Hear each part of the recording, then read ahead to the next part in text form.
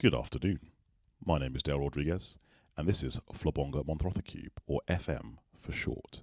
With me today, I have Zoe Bowles. Bowles? I don't know how to pronounce Bowles. that. Sounds very exotic. I'm joking. We can all read the word bowls if we're English speakers.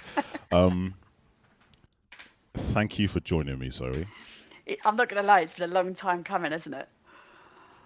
I mean, I want to say you started supporting the show back in lockdown when I started it, and then there's that time where we almost met face to face Very in almost. Deptford. But I don't know. Maybe I had an RBF on, but I think you came to walk towards me. I looked at you and then you walked away. Maybe I scared you away. I'm sorry if I did I that, by got the way. distracted by like some 20-foot dragon that was at the event. I don't know whether you remember this. And Yes, of course I remember it. There's a dragon there. absolutely, you were podding at the time or doing some kind of live broadcast as you do. I was hanging Yep. around waiting for you to finish and be available, got distracted by a dragon, came back and you'd gone. Devastating. Sorry. All right. Before we get into the whole IS, no, let's get straight into it. What does ISO stand for? It is the International Standards for Organisations, which means that all of the criteria, whether you're in the UK or whether you're abroad, means exactly the same thing. So it's completely transferable. That is cool. I'm going to ask you a question you may not know the answer to. Obviously, because it's international, who came up with it? Like, did some business leaders like 25 years ago, you know what, the rules are weird over here, or what's compliant over here doesn't work, and we're all trading with each other? Is that how it kind of came about, or? In a way, I suppose you could frame it like that. So each of the standards, and I mean, there are thousands and thousands and thousands of standards. I mean, there's one on how to make tea. By the way, desperate to audit that one if anyone out there is in need. As someone who doesn't drink tea, but has What? been told who makes a banging cup of tea, well, I know, right? Water first. There are people out there who put the milk in first, and you're just wrong. Don't know who you are.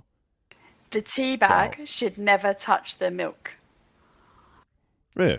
Put the water in first, let it brew a little bit, Exactly. then put the sugar in so the sugar dissolves, then put the milk in. Absolutely. Absolutely. Right. I'm glad we got that cleared up. I won't even ask Wait, whether is you is are is a jam or cream on the scone first kind of person, because, I mean, we could fall out over that, right?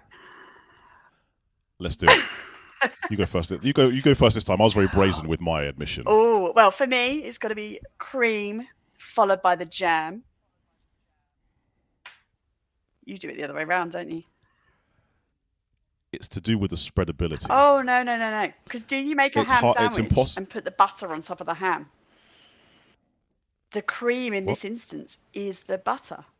So it's got to be butter, cream first, and then jam No, on the top. no. Both things are filling. Both things are the ham, and there is no butter in this equation. Oh, there we I mean, They're both the filling. you say that. I know So people the that jam goes on first, and then the cream goes on top because it can spread easy. If you put the cream on top, the jam doesn't spread. that just means you need to eat more scones and practice. I do. Coming from the First of all, got person to who give make that a shout. 134 scones back in the coronation. So, quite the expert, You, I would you, like to think. you know what? I admit defeat. As someone who's made that many scones or scones, then I Ooh, won't challenge. I have to give a shout out to Raquel Flores. She is watching from Texas, by the way, amazing. which well basically means it's 6 a.m. for her. Is that a real I know, time? right? Is that a real time? Just to hear me speak to you about ISO. ISO. ISO. Am I saying it wrong? It's ISO or ISO. There It's you like go. tomato, Andrew tomato. Ward, producer, coming in. Did you know ISO? It means the same thing in photography terms. I didn't know that either. I did not know that one either. I probably should. My So business what's it partner's called? very much into photography. To confirm, international standards of what now? International Standards for Organisations. For organisations. Okay, but obviously when we have four in it, we get rid of the F because it would be ISOFO, which would be It's weird. just not as good, is it? It's not as catchy. No. It's not as catchy. No. Okay, first things first. How did you get into this field of work? Because obviously there's there's some negative stereotypes or jokes around it. Compliance, boring, blah blah blah blah. And it happens in my industry too, by the way, accounting sector. But how did you get into it? Okay, so I mean, let me just put this out there. You talk about accountancy. I often go to networking meetings, and there's a bit of a to-do between me and the accountant in the room about who's the most boring. Um, but yeah, I mean, compliance can be just about as boring as tax. At the end of the day, you get someone to do your tax for you, right? So get someone to help you with your compliance. When I worked back in local government, I was part of the management team there, which meant that I had to train on Mm. ISO 9001 for quality management. And then I went on, had 2 children, left the local authority workplace, and kind of continued with my 9001 quality management skills. Went to work for an outdoor Oh, building company, brought in the principles of ISO 9001, and then went to work for a consultancy. Um, was there for a couple of years, met my business partner as she worked with me. She was a colleague. And on mm, September the 3rd, 21, we decided to split and go it alone. And Agar Bowles was born. banging. Absolutely. I mean, I'm a fan of you and Agar Bowles, only so much as first of all, you give me bite-sized snippets of information. If you don't follow her, sorry, on LinkedIn, you should. And second of all, you do make it kind of fun. Also, you do what I like to do. You throw a little bit of personality in it. Some of your posts are about your kids. By the way, you said you have I two. have 2. How old are they? So Poppy has not long turned 8. She's my little superstar who has recently starred on her stage school production as the Wizard in The Wizard of Oz. Bit of a funny story behind that one. In January, she was going to audition for the first time ever for a character part. And Yep. we had a bit of a Love Actually moment. She said to me, Mummy, I want to be tree number 7. I mean, high hopes. It was all good. She got called back for her second audition, and little 8-year-old Poppy was given the role of the Wizard in The Wizard of Oz, That's starring awesome. against Dorothy, the Scarecrow, the Lion, all of who were sort of 14, 15 years old. So she's done Yep. incredibly Yep. well. Um, but obviously, going from tree number 7 to the title character, her confidence flew through the roof. But we couldn't be Yep. prouder of her. She's amazing. And then we have my son, who is Jacob. He's coming up to be in 6. And well, he's, as you've probably seen through my posts, absolutely full on, bit of a nutter from start to finish of every day, every single day. But no, he's incredible too. Which one's your favourite? Oh, see, I'm clever. I have a favourite daughter and a favourite son. I just won't have any more I knew you were children. going. I knew you were going to answer that. I knew you were going to say like, that's what my parents told me and my sister and I. Yes. Okay. Also, you're quite a prolific. You're quite involved in your kids' school, right? You're a PTA member. I'm a PTA chair for my sins. Chair. Yeah. Oh, so that means you're like more in charge. Like Yeah. other PTA people come to you. Absolutely. So last September, we have a termly newsletter in our school, and there's a little section at the end, and it was talking about we currently have no PTA. And I thought, no, I haven't got time for that in my life. Just ignored it. October's Mm. newsletter came out with this little snippet. We still have no PTA. And the cogs start turning. I think, well, I might have time for it. November newsletter came out. We still have no PTA. I thought, I'm going to have to do this, aren't I? Mm. By the time the December newsletter came out, we'd run 2 events, and we were fully established by the new year. And Yep. yeah, no, it's been good fun, really good fun. Complete contrast to what I do for work, so it allows me to get out and be creative in a completely different sense to trying to be creative in the compliance industry. So no, it's all good fun. That was going to be my next question. Are there any overlaps between your work and being a member or chair of the PTA? But you've literally just answered that. I want to take it back a step. So you mentioned that you became ISO qualified or trained back in work. Did you find that any of your time in school or academia linked to ISO qualification standards and you learning it? Like, for example, any particular I was gonna say subjects that you were good at school, or your personality types? Do you have to be quite fastidious in nature Yeah, to so do I'm what you really do? mathematical, which really helps Okay. because I have to be very process driven. I have to be able to follow systematic criteria, and all the other really, technical but quite boring stuff that comes into it. Um, you have to be a really able to work on your own. Because whilst I'll go into a Okay. company and I will be chatting to their employees, I'll be working as part of their team, ultimately, from an Agar Bowles perspective, I work on my own. It's very rare that we group up and do team audits. And that's Okay. not everybody's bag. I think coming out of the pandemic, a lot of people realised that actually they needed to be back in an office, be surrounded by people. Yep. Whereas Mm-hmm. for me, I spend a lot of time in this little home office, just me and a computer and the lovely people all on LinkedIn keeping me occupied throughout the day. But Yep. it's not for everybody. And I think you have to enjoy your own company quite a lot, and that can be hard. Believe it or not, you and I are quite similar in that regard. I'm a natural introvert. People, I say this to people who are watching, you're all of the worst. And I include myself in that statement. But no, I get it. It's a job that requires attention to detail. So you've got to be quite self motivated. Absolutely. So presumably, I mean, do firms of ISO consultants exist, or is it by the nature of the job they don't exist? You said you've got a business partner. Is it two of you doing it together? There's three of And us. you actually, three of you? Okay, sorry, There is. apologies. That's all right. There's three of us, but there are lots of us about. It's actually quite amazing how many of us exist, but you don't really know about us until we start crawling out of the woodwork. So we do a lot of work collaboratively with other consultancies, which I love. And I hate that term competitors.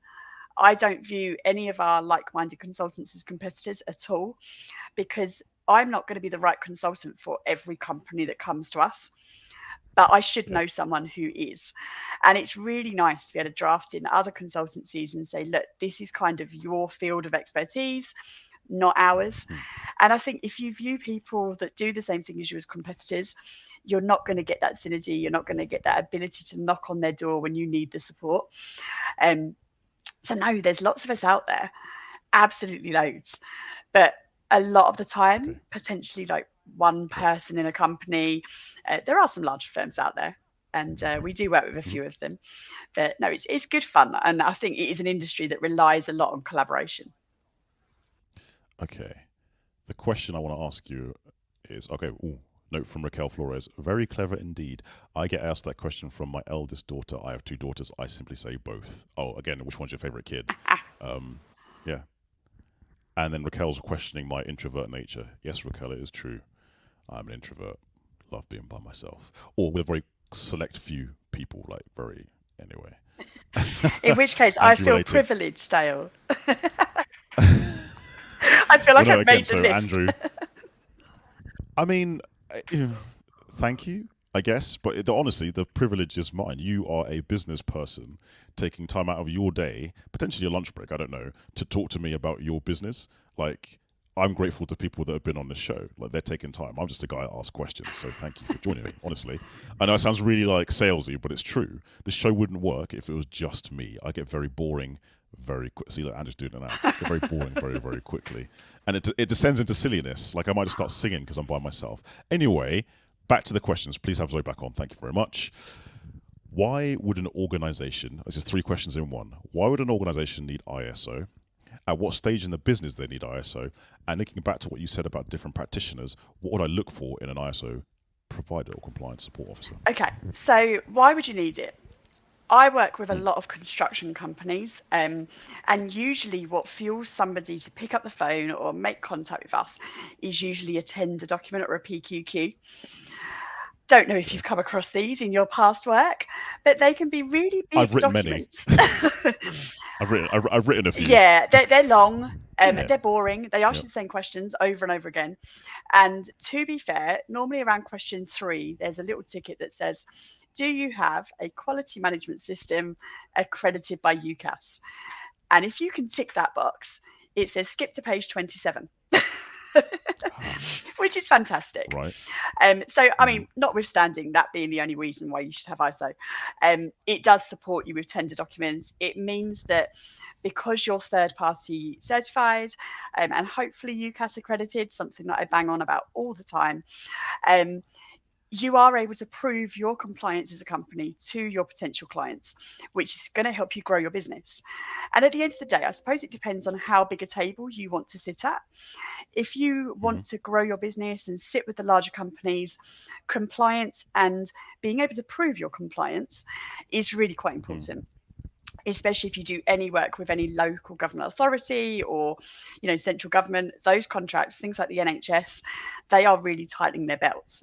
So if you're doing that, you're not going to get far very quickly without being able to prove your compliance.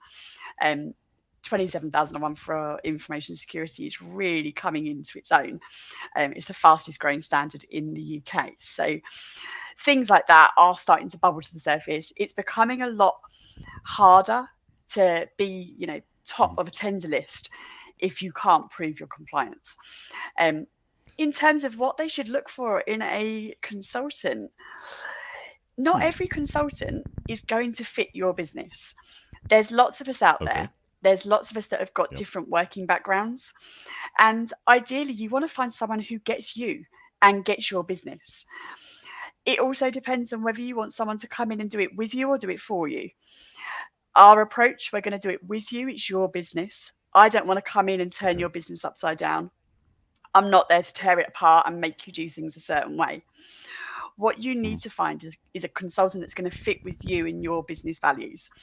Because if you're not in synergy with your consultant, it's just going to lead to continuous head banging and like little grifts. Who wants to do something a different way? Oh, because my consultant told me I had to do it that way. But what you're already doing is compliant, so don't change it. Wow. Okay. So again, this is really fascinating because I didn't know this much about it. Raquel with a question: how did you go into your industry, Zoe?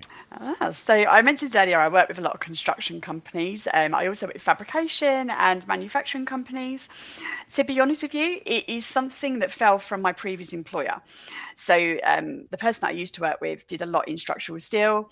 Obviously, structural steel comes into the construction manufacturing world and into its own. So through working with my previous employer, I learned a lot about the world of construction, the EN 1090 standard for structural steel and its capabilities. And it really interested me. I didn't realize that I was such a geek until I started walking into manufacturing companies and seeing how things were made. Like, I've seen a water jetting machine cut steel this thick with water. That's pretty and cool. Water pressure. Go away, Google it. It's amazing. But I could never work for these businesses because I don't think I'd ever get any work done because I just stand watching their machines, you know, hitting the geek switch. It's brilliant. And it's just incredible the amount of stuff that is made that you wouldn't even imagine the processes that this material goes through to get to the end product. Have you ever watched the show How Stuff's Made? Or How Do They Do It? Did you watch that show? Honestly, I genuinely love that show as well. It's brilliant. It's so amazing. So I go into so clients cheesy like and so corny, which is brilliant. Yeah. I work with companies who have done things like make the Harry Potter gates. I know. That's pretty cool. I know. And Fast and Furious cars, the shells to be destroyed. What? That is so cool. Yeah. So some of the stuff we watch is brilliant. There's compliance in that, or to make sure they're safe, or they're made out of certain materials, or like what? Yeah, it's making sure that it's safe and that it's a quality product. So it's being, I mean, let's cast aside the fact that the Fast and Furious cars didn't last very long. You know, they still had to be made a certain way, and that company can prove that the materials they're using are the materials for the grade that's required of that job. So it's all about traceability of the material into the product. So the company that I work for contributed to some of the materials on film sets, which is just amazing because then I watch those films and I'm like, I know where that was made. That is pretty cool. It is. That's like it's tenuous, but it is a claim to fame. Yeah. So, question for you then: why are there so many Fast and Furious movies? Is it your fault, Zoe? Because they're on number 10 now, right? Yeah. Sometimes things are just overdone, right?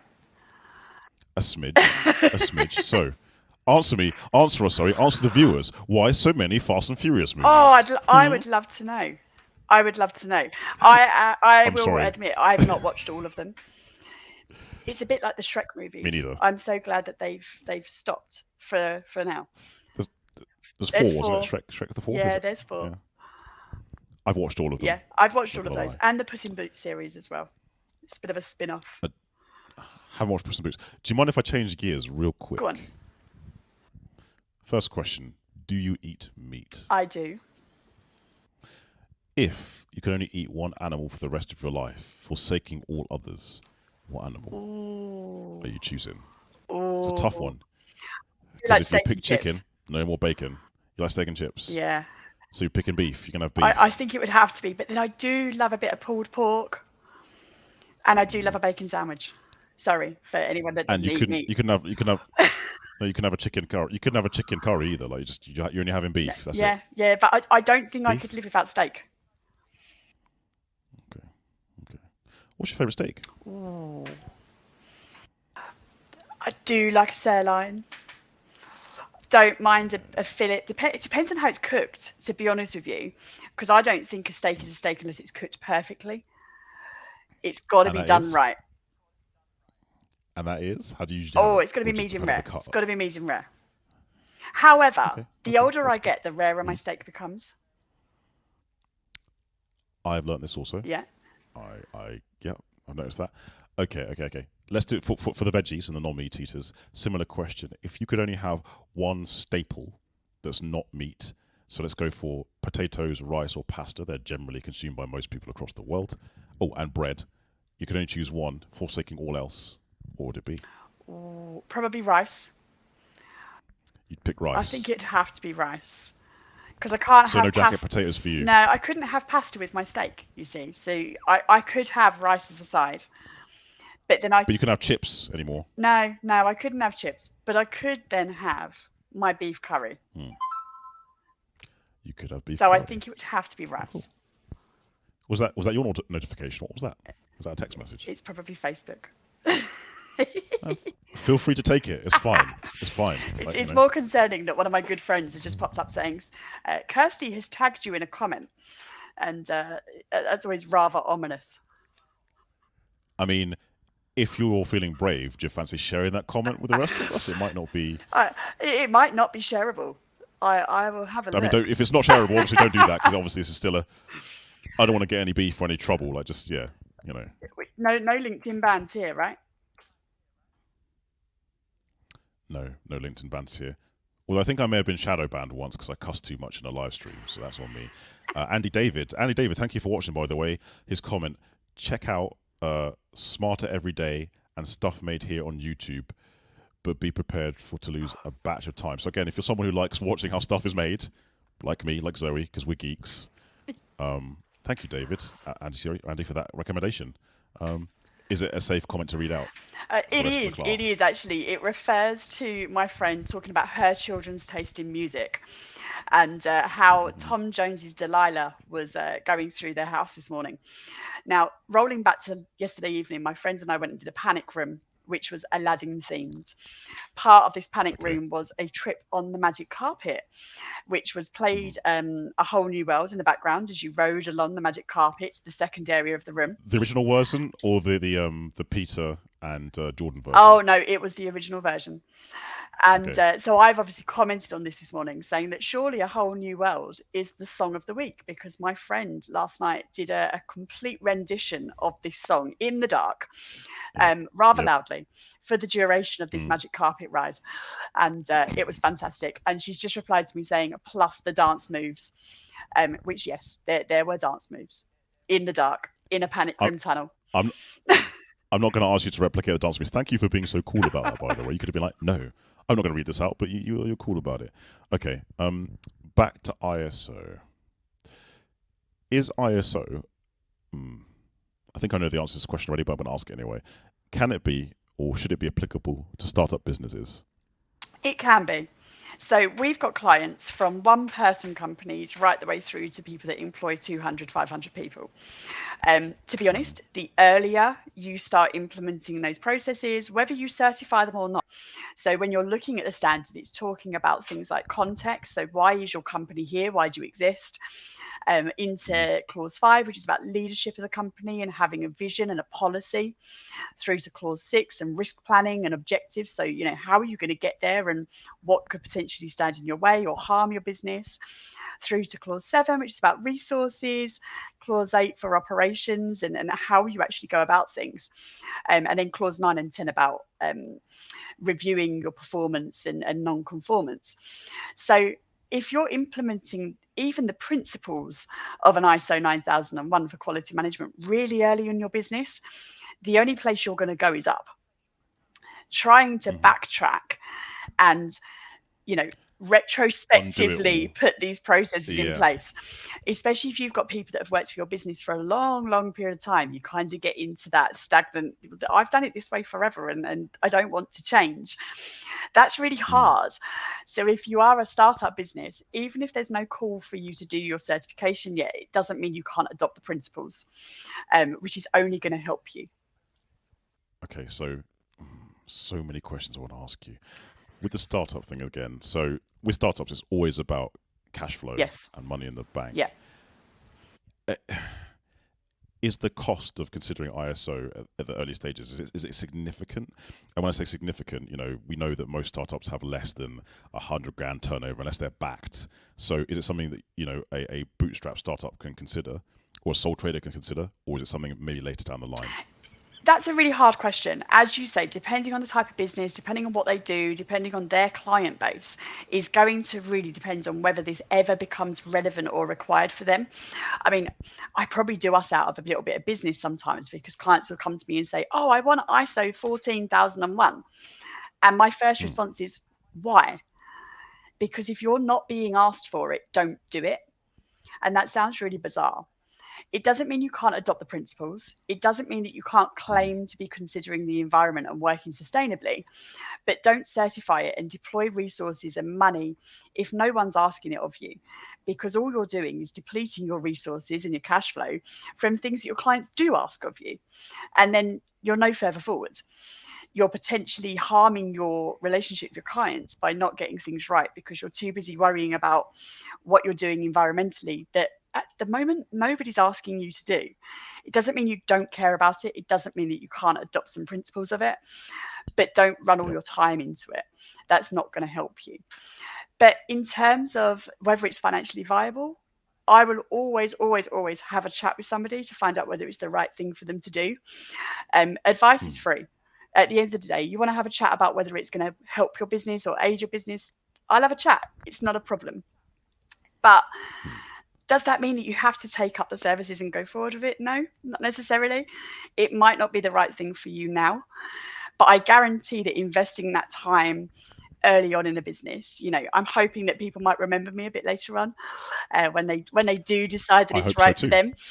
But it's all about making it right for the business. If you're doing it at the wrong time, there's going to be resistance to want to do it, and then you're not going to get out of it what you should do because you've chosen to do it at the wrong time. Maybe your business is under pressure to perform, and then you're trying to devote time to implement a management system as well. That's not going to help anybody, and we would never advise that. Awesome. Thank you for your honesty as well. That's really refreshing. If no one's asking you for it, don't try to do it if you don't necessarily need it. That's really good. Random thought. When you said ISO 4001, I just thought of a sci-fi series. I'm not going to lie. That's what it sounds like in my head. That's how much of a geek I am. Second of all, presumably with the training and support that you provide, do you have to adhere to a code of ethics? Because I can imagine, not saying this is you, but I can imagine some people who get the training and go, all right, send me 10 grand and I'll just sign you off. You know what I mean? Like that in theory could happen. Right? Okay. So I spoke earlier about UCAS accreditation. This is the bugbear of my life. So I will see people celebrate their certificates and I'm really happy for them. And then I see that they've gone with a non-accredited supplier for their certificates. Right. Now, that's like sending your child to a school who isn't being checked by Ofsted. No one's checking them. They're writing certificates willy-nilly, and who's checking to make sure that they are adhering to the standard? Nobody. Now, the problem with that is you're going to present your certificate at tender and you're really happy and you're really proud because you've got your ISO 9001 certificate and you want to show it off to the world. And the person who works for your client in procurement says, not accepting it. And it's because it's not accredited by UCAS. So that certificate is certified or registered, but it's not accredited. And that makes a huge difference because I could set up tomorrow, I could call myself, I don't know, Agar Bowl certifications, and I could start printing certificates on my machine that sits under the desk here. That can happen or could happen in principle. Yeah, that's scary. And I feel like it undermines the hard work of those people who really put a lot of effort, time, resources into their certifications. The only people you're going to know are, first of all, checked and certified by a credible company is if they've got that UCAS stamp. But when it comes to submitting that at tender, you've got a situation there where if the person working on the other side of that tender knows what they're looking for, if they've asked for the UCAS stamp, that's what they're looking for, and they're not going to accept something that doesn't have the UCAS accreditation. Okay, I mean, hopefully people will watch this, and I can maybe type up some notes after this, but we can actually explain the difference. And it's similar to accountancy as well. So accounting or an accountant is not a protected, bookkeeping is not a protected characteristic or a trait. So anyone can call themselves that. And it's one of my bugbears as well, because the work that accountants do from a compliance perspective and advisory perspective is significant. And I can't believe that it's not a protected term. Like, it's insane, the damage it can do to someone's livelihood and business. So thank you for sharing that. Next question. What's the difference between knitting and crochet? Oh, one stick or two. That's your literal difference. So knitting is where you've got two knitting needles. I can't knit to save my life. I can't handle two knitting needles and a yarn. I just can't coordinate my fingers to make that work. Okay. I crochet, which is one crochet hook and the other hand for your yarn. In principle, the look to the untrained eye you wouldn't notice, you wouldn't know the difference per se, unless you are in the craft. You wouldn't necessarily be able to tell that something is crocheted or knitted. They do look very similar, but essentially it's one stick or two. Because you are quite, and I mean this is a compliment, quite crafty. Am I correct? I am. I do love to crochet. Yeah, I do love to crochet. Yeah. I have been working on a blanket since before the pandemic. This blanket is now about 8 foot by 8 foot, and it's still not finished. Who is this blanket for? Andre the Giant? Like, this is for me. Shaq? This is for me. Yeah, it's for you. Yeah, absolutely. Okay. It unfortunately though it sits in a cupboard because I have a cat who claws, so I can't leave this blanket unattended through fear that it'll get torn apart by the cat. And I dread to think the amount of money sitting in this blanket. And he's hoping that the husband doesn't watch this at any point, because there's hundreds of pounds in this blanket in terms of yarn. And that's without thinking about the hours and hours and the number of stitches that have gone into this blanket. It is unreal. Is the Andrew's reaction, like he usually sits in the background, doesn't want to be on camera, but like the fact, how easy is it to get this blanket right now? Could we see it, or is it proper like too big and if you give me like 20 seconds, I can go and get the blanket. Yeah, I'll give you 20 seconds. I'll try and hold. I'm not going to run. I'm not going to run. So no, please don't run. So first of all, thank you all for watching and commenting. Andy, Andrew, Raquel, you guys are awesome. Yeah, so just in case you don't know, talking to Zoe about ISO, something that's actually quite important to many businesses, and I know that she does a lot of crafty things, so she's going to show us an 8 foot or part of an 8 foot crochet blanket. That's insane. That's incredible. That's oh wow. Skills. Amazing. Right. I think this might be an FM first. Wow. Yeah, Raquel wants to see the blanket. Raquel, the blanket's there. Hold on. Let's make her big. Yeah.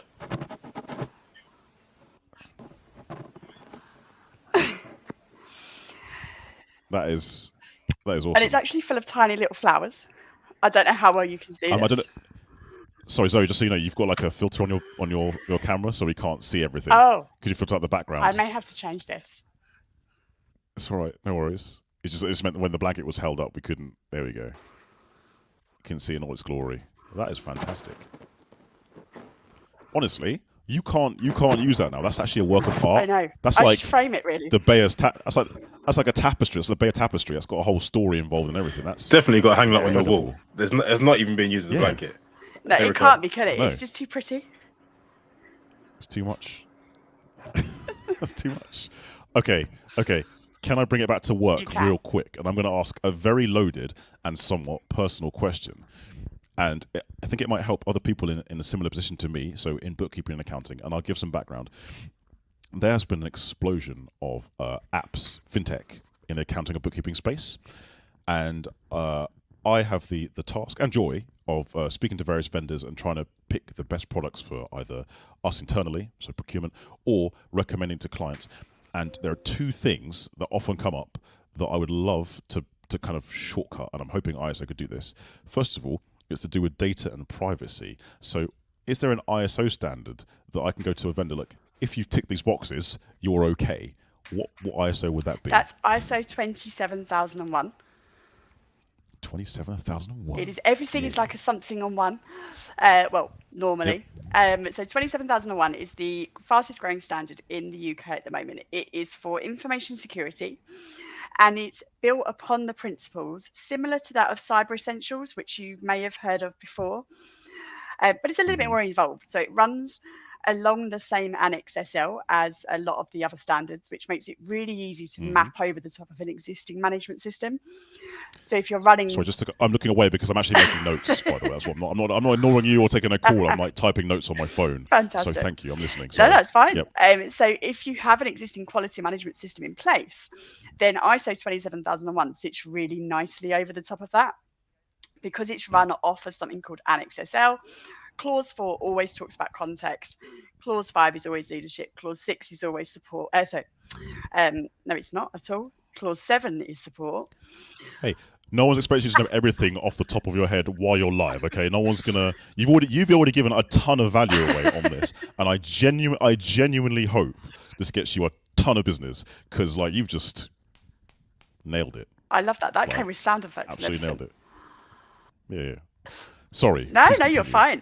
And then you've got Cyber Essentials, which is kind of like the first stepping stone. So ISO 27001, not only does it have that clause by clause approach, there's also something called Annex Controls on top of that, which are additional measures that you have to be able to prove that you can evidence, which is all about access control, whether you've got the right things in place when somebody joins and leaves a business to secure that data. I mean, there's over 100 of them, so I won't go into them too much. That's cool. But Cyber Essentials really gives you a nice foundation to grow on to ISO 27001, because I would never recommend anybody start with 27001 if you haven't done any other management systems, because it's a huge standard. That's a huge investment, both from a time and a money perspective. So probably not the best one to dip your toes in. Oh no, this is now going on all my PQQs. I'm like, are you ISO 27001? I'll be like, if no, don't bother. If yes, great, come on in. The next one is more actually finance based, and I probably have people in the firm that can help me with this, but I just want to know if there's an ISO for it. So again, we've noticed in the accounting, bookkeeping, and fintech space, unfortunately, some vendors either coming from across the seas or starting up, and unfortunately failing within 3 years. Are there any ISO standards I can look at to talk about, to gauge a company's commerciality? Potentially. So there are some out there, such as 22301, which talks about business continuity. Business continuity standard is fantastic. So when the pandemic first hit, a lot of businesses came to a grinding halt because they didn't know how to continue working when everyone was sent to work remotely, especially in the industries that I work with. So things like construction, very much paper-based, the same in manufacturing. Whereas somebody who has certified to something like business continuity, they're almost telling you that they're reliable. They've got plans in place to make sure that they continue to run in the event of something happening, like a small matter of a global pandemic. You've also got things like ISO 9001, which I've talked about a lot because it is a very common standard for quality management. Quality management basically tells you that a company's got their, they've got their shizzle together, because whether you do business with them now, business with them in 3 months, or business in them in 3 years, because of their quality management system, you should receive the same level of service each and every single time, because they've got a foundation, a principle, and processes underneath, which allows them to follow the same pattern of service right the way from customer requirements through to customer satisfaction each and every single time you do business with them. Okay, so now any company that has various ISO standards in place and passed and continued professional development, I assume it has to be continually updated. Absolutely. Will probably have it on their website and brag about it. Now, to the rest of us, without your explanation, that means almost nothing, by the way. So thank you for explaining. Is there a list? Can I go to like the ISO website and find a list of companies that have different ISO certifications you can to indeed. verify? Because I could imagine someone gets the logo and goes, "We're this certified," and then you go on this and check it, and they're not. They're just lying, which is very naughty. Oh, absolutely. So it's really good. So UCAS actually do something called a certificate check, and I demonstrated this to a client yesterday. It takes less than 10 seconds. In brackets, once the website loads, to check someone's certificate. And you can do that either using their certificate number, or you can do it using their company name. And what that's going to do is tell you which standards they're certified to, when they expire, and also what scope of certification they are certified for. Because a company doesn't have to certify their entire company. They can certify an element of their business or a department of their business to a standard. So when I worked back at the council's contact centre was certified to ISO 9001, but the rest of the council wasn't. So it tells you exactly what they're certified for. But the website's great because you just plug in the company name and it will tell you everything you need to know. It's a really good one for anyone that works in procurement as well, that if you're not sure if it's a UCAS accredited certificate, just plug the details into the website and it will tell you exactly what you're looking at. I have so many more questions I want to ask you, but I'm not gonna lie. I need to eat. I'm super hungry. Like, I don't know That's why. because we've been talking lunchtime. about It's very steak foolish. and, Yeah. scones. Do you have any questions for me, by the way? I really want to know what drives you to do this. Are you professionally nosy like me? Genuinely inquisitive. Yeah. I like knowing this stuff, and some of this I will retain and pull out a random pub quiz because I'm like that. But the two reasons were I dislike the amount of overly social stuff on LinkedIn. Like, it's really cool that I know that you crochet, but in your post you kind of interweave it, pun intended, with information, and I really like that. I also dislike the stale and dead pitch slapping, thank you for the phrase, Sia and Raquel, that happens on LinkedIn, which is dry, dead, buy my stuff. In my mind, this show is a combination of the two. I ask some dumb questions, you answer. We got to see your awesome crochet blanket. Oh, absolutely. It's keeping me lovely and warm now. You've shared so much information, and because it's ISO, got people from Texas, got people from other parts of the world who can go, this will affect my business, or it could affect my business. So this is why I do it. But yes, also, I am a geek. I love learning how stuff works. I may not use it, I may not remember it, but I remember we spoke about it. The crux of it. Yeah. Like, and I'll know. And I also want to get people some business. I know you're really good at what you do. You've come recommended by other people in Kent and around the UK. And it's really cool. So also, I'm not gonna lie, this makes me look good. I'm not gonna lie about it. This makes me look really good. That's another reason. That's my motivation for it. Other people look at me, they might want to buy from me. It's mostly about me, Zoe. Oh, absolutely. It is all about you. See?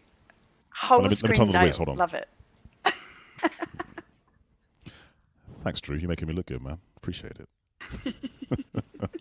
But yeah, that's the reason why I do it. I'm not gonna lie. If I give out a little bit, I get some in return. Yeah. I love watching it. Raquel Flores, we must learn to look past the suit and tie. Oh, she's correct. Business.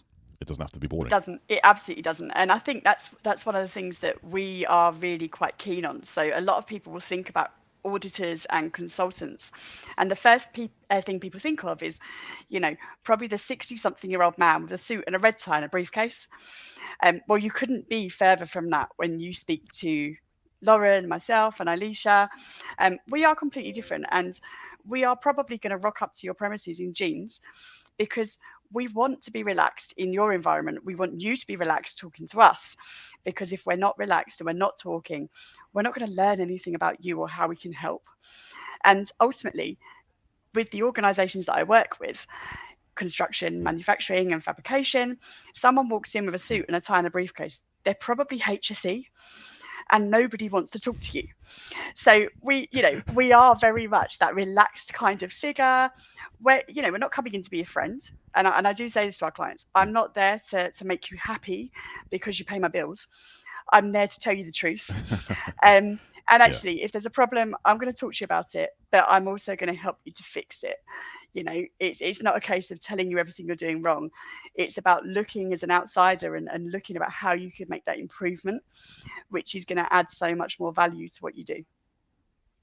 That is awesome. Okay, final question. Promise no more. Unless you say something really insightful, I'll have to ask a follow-up question. However, if there is kind of like one, maybe two things or a nugget of wisdom you want people to know about you, your industry, what would it be? It doesn't need to be as hard as it looks. So anyone that's ever picked up an ISO standard and opened the first page, people think you have to have a law degree to decipher what it's actually asking you for. I don't know why they write them that way. Just write them in plain English so everyone understands them. But then, to be fair, I'd probably be out of business.